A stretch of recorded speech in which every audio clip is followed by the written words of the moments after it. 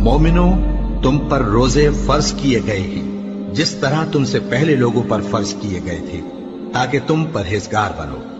روزوں کے دن گنتی کے چند روز ہیں، تو جو شخص تم میں سے بیمار ہو یا سفر میں ہو تو دوسرے دنوں میں روزوں کا شمار پورا کر لے۔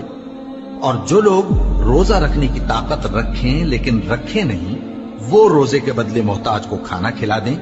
اور جو کوئی اپنی مرضی سے زیادہ نیکی کرے تو اس کے حق میں زیادہ اچھا ہے، اور اگر سمجھو تو روزہ رکھنا ہی تمہارے حق میں بہتر ہے۔ روزوں کا مہینہ رمضان کا مہینہ ہے، جس میں قرآن اول نازل ہوا، جو لوگوں کا رہنما ہے اور جس میں ہدایت کی کھلی نشانیاں ہیں، اور جو حق و باطل کو الگ الگ کرنے والا ہے۔ تو جو کوئی تم میں سے اس مہینے میں موجود ہو چاہیے کہ پورے مہینے کے روزے رکھے، اور جو بیمار ہو یا سفر میں ہو تو دوسرے دنوں میں روزے رکھ کر ان کا شمار پورا کر لے۔ اللہ تمہارے حق میں آسانی